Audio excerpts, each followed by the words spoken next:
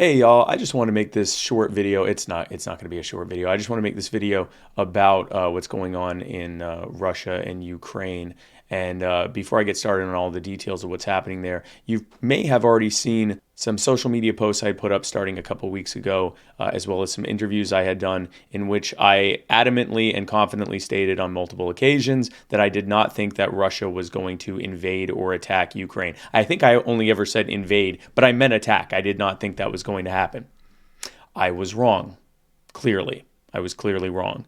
And I'm not upset that I was wrong per se. People get things wrong, and it's important to own up to it and figure out where you got wrong and how you can not be wrong in the future. I'm more upset about what's happening right now. There are millions of Ukrainians who are innocent civilians that are caught up in this, whose lives are in danger, not to mention the millions more in surrounding countries, including Russia, innocent civilians who could potentially get caught up in a broader conflict, and then not to mention, honestly, all of us if this thing becomes a global conflict or if it goes nuclear, God forbid. So what I'd like to talk about right now is why I got this wrong and what I should have said instead. The why I got this wrong is pretty basic. The biggest reason that I got this wrong, the biggest reason I didn't believe that the Russian government was going to attack Ukraine was because the State Department and the White House said that they would. And historically, when the U.S. government says that something is going to happen in order to justify their involvement in a potential military conflict, it is an almost sure bet that they are lying and that they are not just wrong, but that they're lying and that they're trying to get us into another conflict. Now, I don't know if they were telling the truth this time or if they were lying and it turned out it was true what they thought they were lying about. It really doesn't matter. I shouldn't have just assumed that it wasn't going to happen because they said it was going to happen. Also, I thought that it wasn't going to happen because when I look at this playing out, I think it's a terrible idea for the Russian military to do it, for the Russian government to do this. They are being condemned by almost every country on earth. They are being subjected to economic sanctions from almost every country on earth. I think that they're going to lose a lot more than they think they're going to gain from this. I may be wrong, but that's what I think. So I thought because it was a bad idea, that it was something they wouldn't do. I overestimated a government's ability to make bad decisions. Again, big mistake.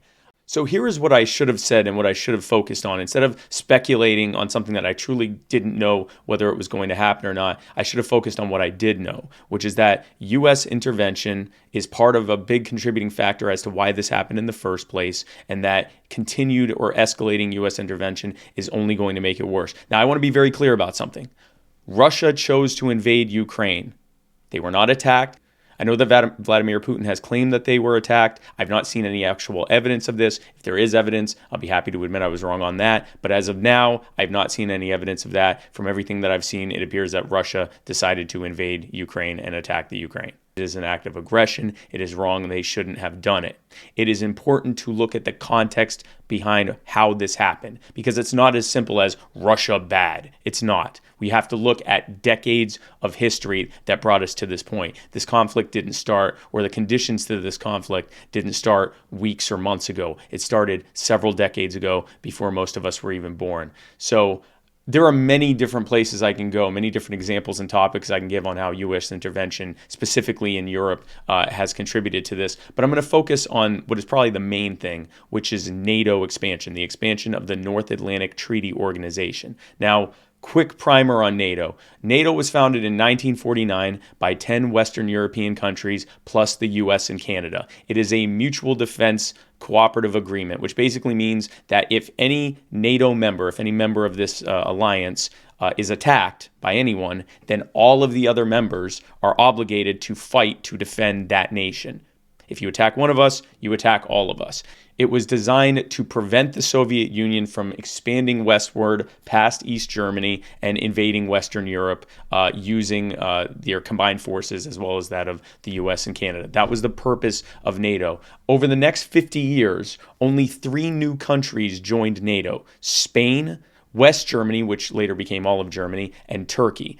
And for years, NATO members promised not to do any further expansion, certainly not any further expansion east towards Russia. In fact, during the negotiation of the reunification of Germany, the West German negotiators promised that NATO would never expand further eastward beyond I think the Elbe River, that it would never expand eastward into Russia.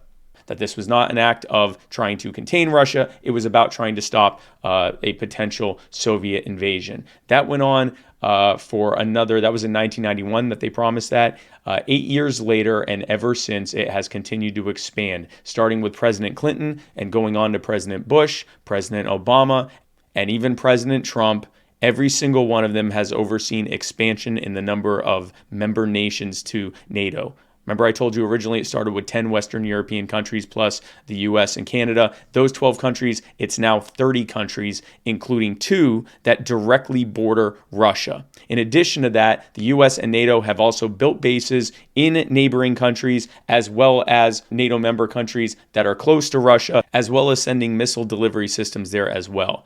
Now, in addition to that, for the past several years, there has been a lot of talk of including Ukraine in NATO, which would be a huge expansion of NATO directly onto Russia's borders. Now, for a lot of Americans, we hear this, and because we've been so Americanized in talking and thinking about foreign policy, we hear something like that and we go, well, yeah, that's how you got to do it. You got to contain your opponents by surrounding them militarily. How else are we going to stop the bullies like President Biden just said? They say that unironically. And imagine if that country and its allies decided to create a mutual defense organization for the South American countries to make sure that the U.S. Never invaded any of the South American countries.